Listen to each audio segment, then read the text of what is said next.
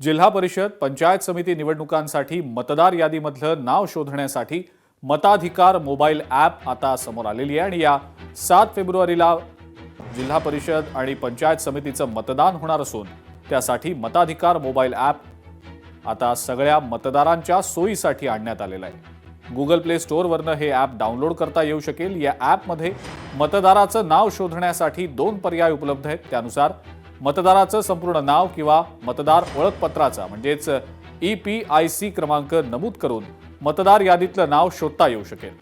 ॲपच्या माध्यमातून मतदान केंद्र नेमकं आपलं कुठलं आहे ते सुद्धा कळू शकेल।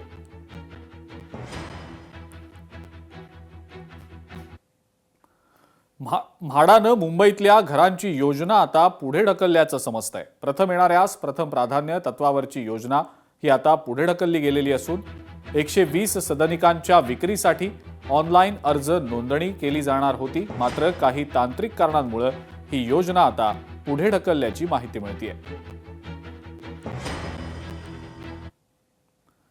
सांगलीतले शिंदेंच्या शिवसेनेचे आमदार सुहास बाबर यांनी भाजपच्या नेत्यांना इशारा देताना मुख्यमंत्र्यांबाबत सुद्धा धक्कादायक असं एकेरी वक्तव्य केलंय।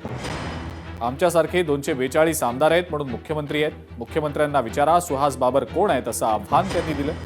त्यानंतर मंत्री गिरीश महाजनांनी सुहास बाबर यांच्या या वक्तव्याचा खरपूस समाचार घेतला।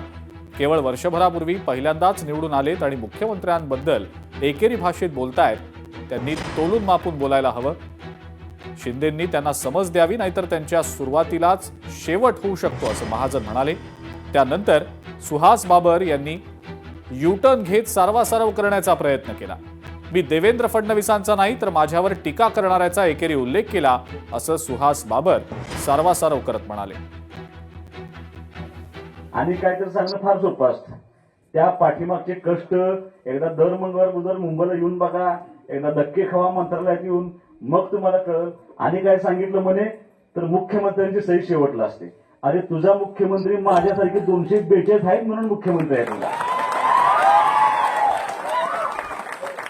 आणि एकदा जाऊन विचार तुझ्या मुख्यमंत्र्याला कोण आहे सुहास बाबर,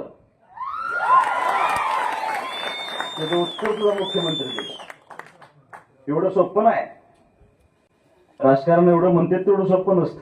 मला थोडं आश्चर्य वाटलं की ज्या भाषेमध्ये ते बोलता आहेत, तुझ्या मुख्यमंत्र्याला कोणी निवडून आणलं त्याला विचार, आम्ही सगळे आहेत म्हणून ते मुख्यमंत्री म्हणजे एकेरी भाषेत बोलले, ते मी ते बोलू शकत नाही अशा एकेरी भाषेमध्ये त्या ठिकाणी बोललेले आहेत।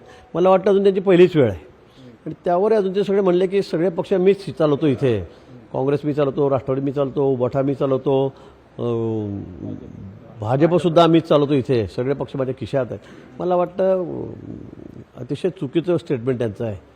बाबर साहेब आमच्यासोबत होते पण ते कधीच त्यांचा असा तोल आजपर्यंत गेला आणि मी इतक्या वर्षांना बघितलेला आहे आणि ते अशा पद्धतीने बोलतायत। मला वाटतं शिंदे साहेबांनी त्यांना समज देण्याची गरज आहे। त्याला बाबा हे तुझा जरी मुख्यमंत्री असला ते मुख्यमंत्री आज आम्ही सगळे बरोबर आहोत म्हणून आम्ही एकत्रितपणे काम करतोय, शांततेत काम करतोय। आता त्याचं क्लिप तोडल्या आणि सुहास बाबरांचं मुख्यमंत्र्याला चॅलेंज एकेरी उल्लेख।